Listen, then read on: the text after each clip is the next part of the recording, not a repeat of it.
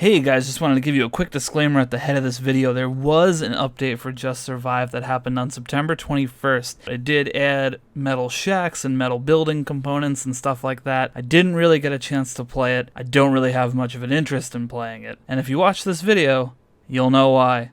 Also, get a load of this fucking bearskin rug. Like, what is up with this? In my last video about H1Z1 Just Survive, I spoke about why I stepped away from the game I had spent so much time with. But I did say I was willing and frankly interested in trying out the game's new update. The update introduced the new map Badwater Canyon and a slew of new game mechanics. So what's the verdict? Let's find out.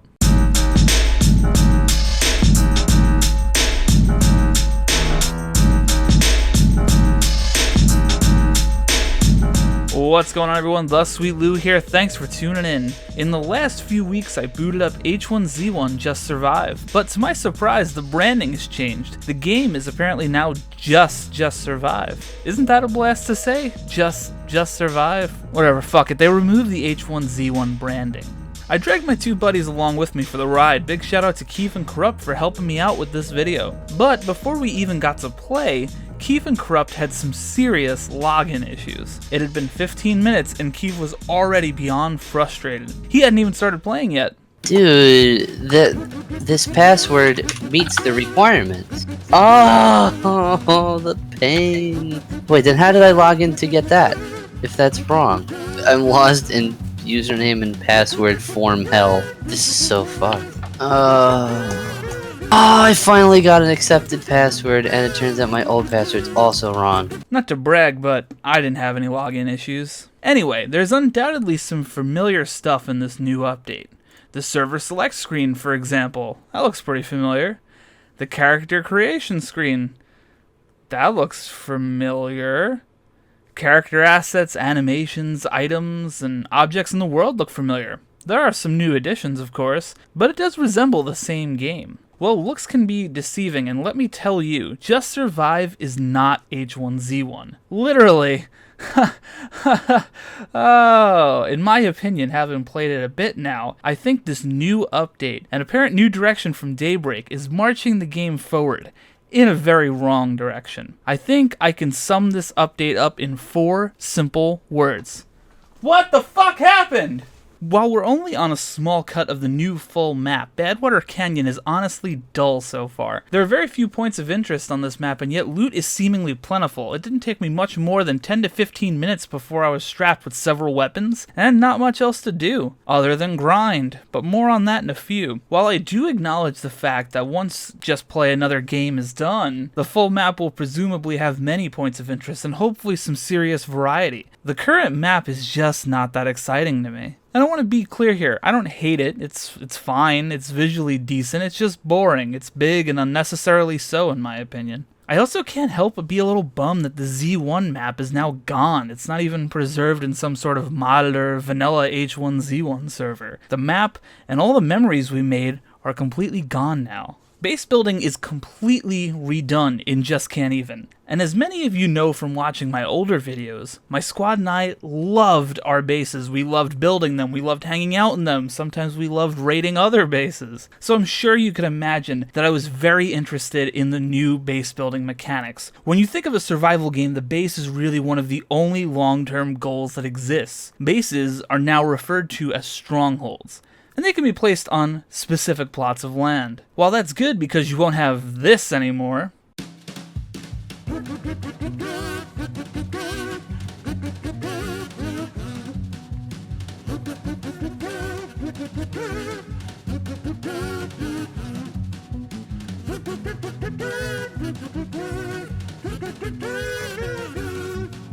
it's sad because you won't get those moments of exploration deep in the woods. Maybe you spawn there, maybe you found it running from someone, but you find a cool spot for your base. I mean, look at this one.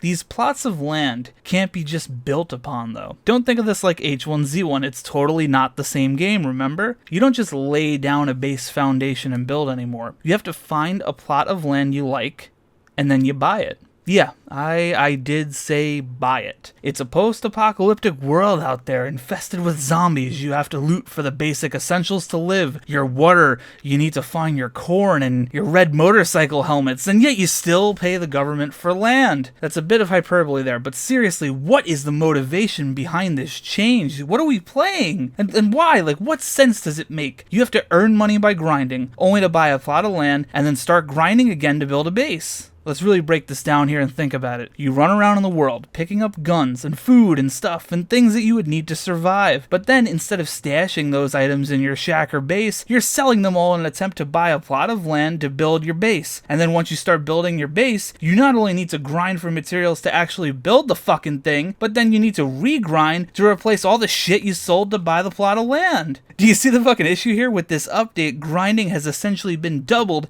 in a game that has historically been extremely grind heavy. And here's a side note here, and I know story isn't the most important thing in this game, but who is enforcing this currency? Especially considering it's not like dollars or any existing currency. Like, basically the world ended, zombies came, everything got deserted, and then some guy was like, hey look, I made a new currency for the apocalypse, use it to buy land and make your shitty stupid fucking base, you fuck. And you can only build your shitty, stupid bases out of wood right now. The grind is surely going to intensify once the higher building tiers are introduced. It honestly wouldn't shock me if these plots of land are specifically a response to hackers who are ruining the game by blocking off entire towns with their bases. Or maybe perhaps it's a result of too many people crying over how piss poor their frame rates became in certain towns or areas of the game where there were too many bases. Strongholds also have what's called an attack shield, a strange glowing white aura around the thing. While that's up, you can't attack it. According to the dev team, Strongholds can only be attacked during certain time periods. Quote, at the end of the raid, the defending base will rebuild and be shielded for 1 hour, protecting it from further raids as well as NPCs. The animation of the hammer swing, dude. It's like my favorite thing. I don't know if I have to see anything. I have never seen a less violent hammer swing in my life.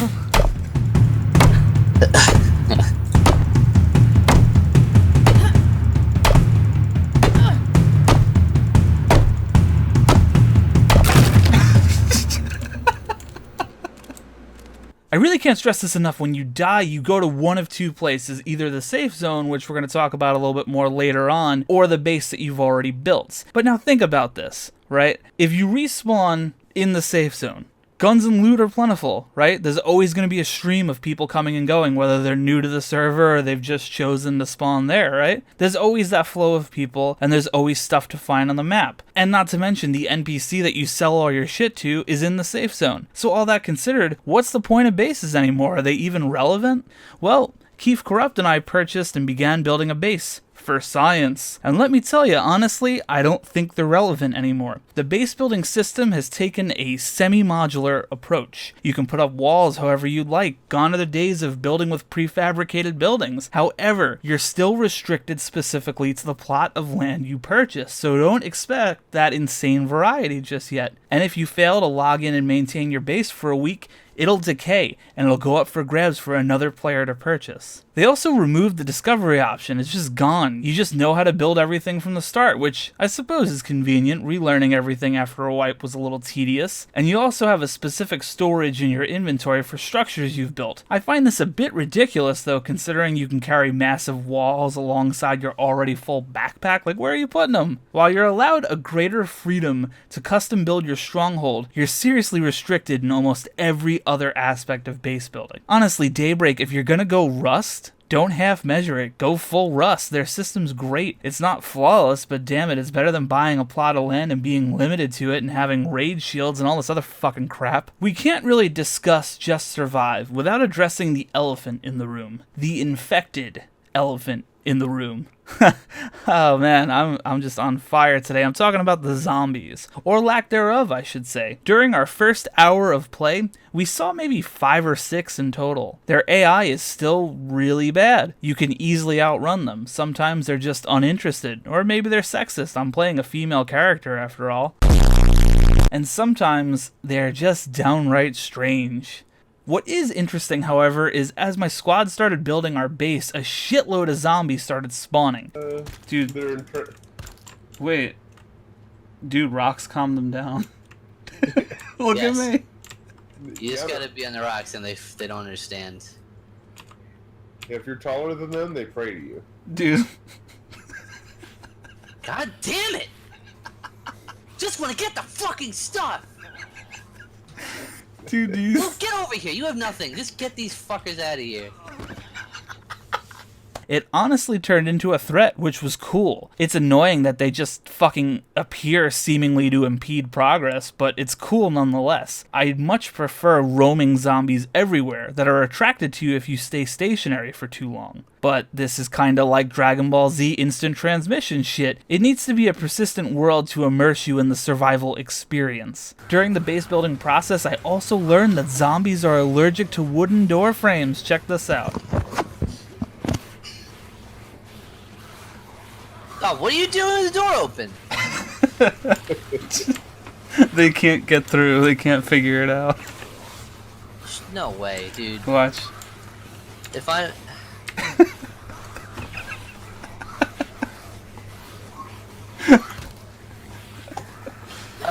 Alright, well... Huh? Alright, let's just say in theory that that's wrong, and when the game is done, you know, in 2050, that won't happen, and they do pose a threat, and you can't hold the door open like that. Okay? Okay. Let's just say that. Because this is inexcusable, clearly. So we'll just say that the game's not finished and leave it at that. It's just another one of those. Keep that in mind for when the real zombies come. The jumping mechanics. Great, I know. Wait, Yeah, they really worked on this. but all this zombie talk leads me down an all too familiar path. I mean, zombies have been broken since I started playing the game. They never really behave the way they should. You see Yeah. this guy with his head through the wall doing The Shining? Well, I'm home. After playing for a bit longer, more familiar feelings began to wash over me. Issues present from much earlier builds of the game, still unaddressed. Like the annoying little bug that doesn't update your screen with your party information until after you click your designated party chat button. That's still a fucking thing. Melee combat is still complete shit. Oh, dude. Did I do that? Yeah. Zombie AI is ridiculously bad, no shocker there, and the wolves seem to be the biggest non-player threat. Still. No. Run! Coming, Lou. Go. Oh, dude, gangster. Hunger, hydration, stamina, they're not real threats. In previous iterations of the game, food was so plentiful that it was never a real problem. In Badwater, it seems like these stats decay so slowly that food wasn't even really an issue for me. I wasn't even thinking about it. Yeah. 5 years later, you're still Sure. playing that hot H1Z1, Alpha. and then one day your character's just gonna boom, immediately have a AIDS. heart attack due to all that shit water you put in your face. Yeah. Yeah.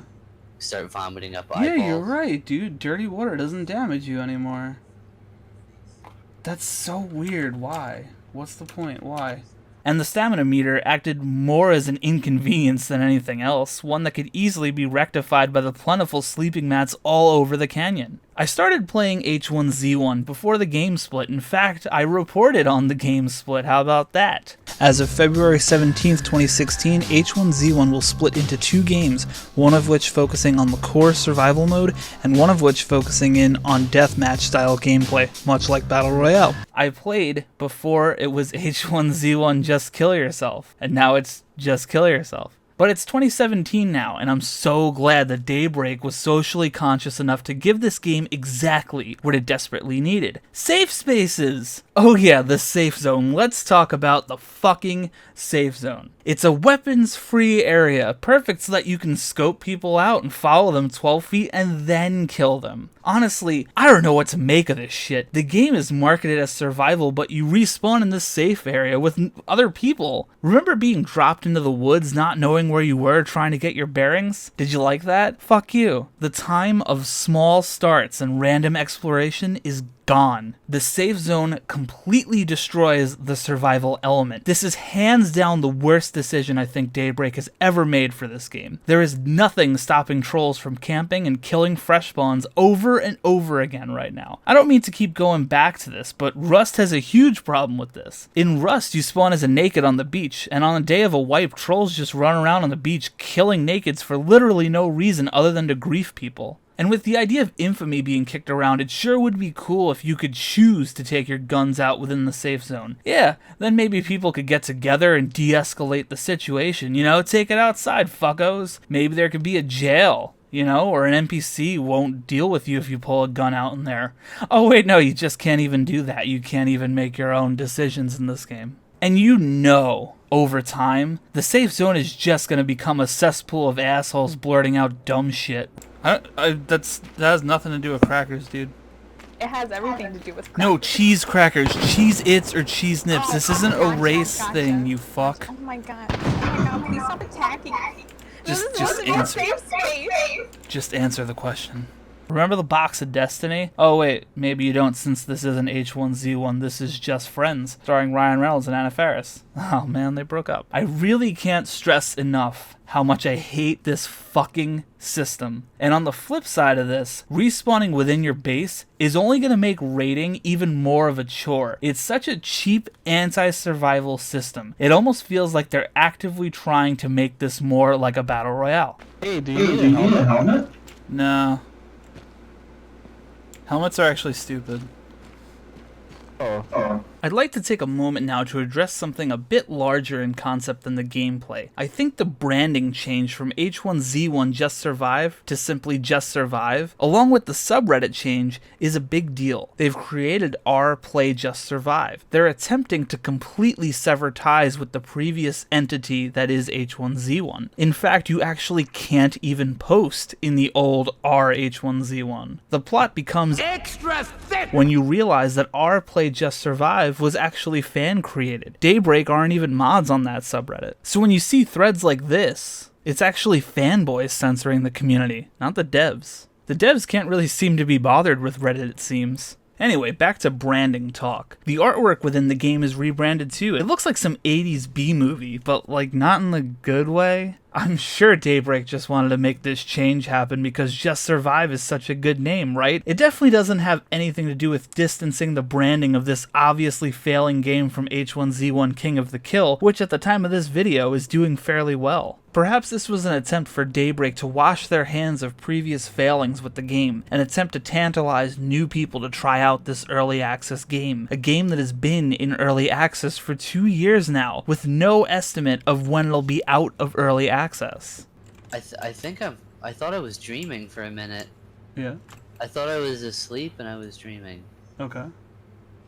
This game's really boring. Last of all, and I refuse to say but not least, is Daybreak themselves. We've kinda sorta touched on them before, and in other videos. I'm normally not one to take a shit on devs, but I mean, come on, I play No Man's Sky. Daybreak is truly an example of a terrible dev team. Since the inception of this game, the introduction of the Battle Royale, the survival element, the part of the game that bears the initial namesake H1Z1, the assets that bore the more successful Battle Royale gameplay into existence has been routinely shortchanged. When it became obvious that Battle Royale was getting way more attention than the survival mode, they performed the game split and very clearly dedicated less resources into Just Survive. I've said it before and I'll say it again, my older H1Z1 tutorials remained relevant for a year and a half, meaning the game stayed pretty stagnant for a year and a half. For an alpha that's in development, I'm sorry, but that's completely unacceptable. But Daybreak at the time explained the lack of change was due to the big map reveal, Z2. Z2 came and went for King of the Kill, while Just Survive would see no Z2. Instead, we jumped into Z3, which is this thing, this quarter of a map. All the work from Z1, seemingly scrapped. The assets have survived, but the map is gone. Maybe one day it will return in a custom server or something, but for now, it seems like the Z1 in H1Z1 is gone for good. And if you go on Glassdoor.com, company reviews of Daybreak aren't glowingly positive either. While there's some conflicting information, the phrase bad management pops up quite a few times. Links in the description if you'd like to explore it yourself. But I think there's something to be said when PlayerUnknown's Battleground is already significantly more successful than King of the Kill. In an interview with game manager Anthony Castoro, he told IGN there wouldn't be a PlayerUnknown's Battleground if there wasn't an H1Z1. He followed up by saying that there's room for this genre to expand, and believes that PUBG is creating an opportunity for H1Z1 to reach a larger audience. For those of you who are not in the know, PlayerUnknown, creator of Battlegrounds, was initially brought into the Daybreak team to help make the Battle Royale mode in the first place, after his success in creating the Battle Royale mode for Arma. With King of the Kill attempting to clutch onto the success of PUBG, we see Daybreaks attempting to mirror things PUBG has gotten right, such as weapons mechanics and more realistic gunplay. Interestingly enough, however, Castoro claims they try to ignore any comparison there and focus on what is the experience that people are having that makes our game great and how we can double down on that. While I respect the decisions of Daybreak and completely disagree with them, stats like these don't lie. But numbers aren't everything after all. Will just survive among all the other games available? Well, that's it for me. Thanks for listening to me ramble, and make sure that you just subscribe. I've been waiting to make that joke all video. I am the Sweet Lou.